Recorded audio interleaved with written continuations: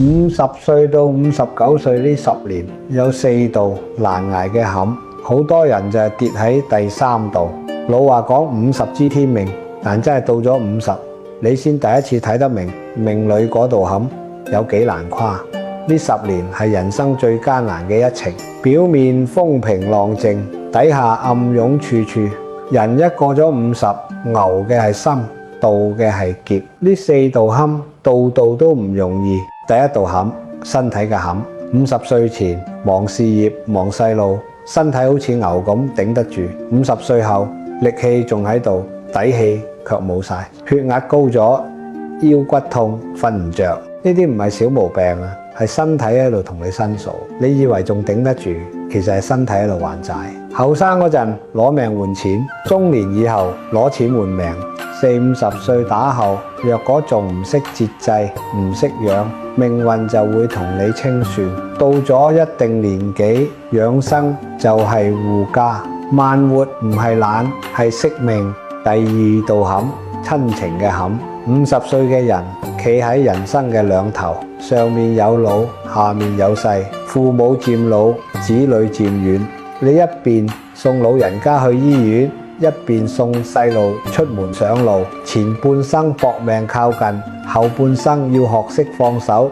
可放手最難，放唔低父母嘅病，都放唔低細路嘅苦。尤其對子女，總想再幫一把，可越幫越亂，越管越遠。人到呢個年紀，最貴嘅係分寸，情有深淺，業有遠近。父母嘅病，陪佢哋過；子女嘅路，等佢哋自己行。識得分離，先係真正嘅成熟。第3道坎，婚姻嘅坎。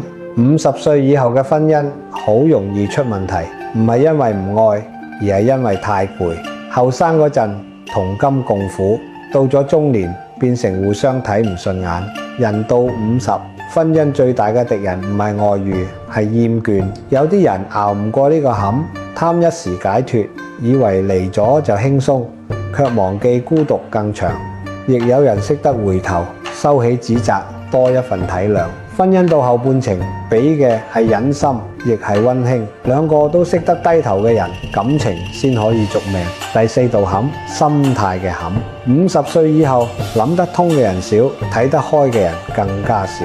有啲人覺得人生太唔公平，有啲人仲想再搏多一鋪。但係呢10年最應該放低嘅係嗰口不服氣。你唔服命，命遲早令你服；你硬頂，生活就令你痛。與其同命拗頸，不如同自己和解。人到中年，輸得起叫境界，睇得開叫功夫。再大嘅事，瞓一覺都要揭過；再深嘅恨，諗一諗都要放低。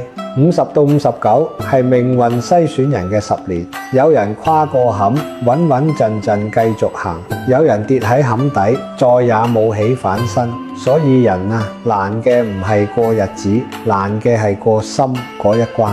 身體要順時，心情要有度，婚姻要留情，心態要放寬。到咗呢個年紀，唔好同命硬拗，唔好同人硬撐，唔好同自己硬耗。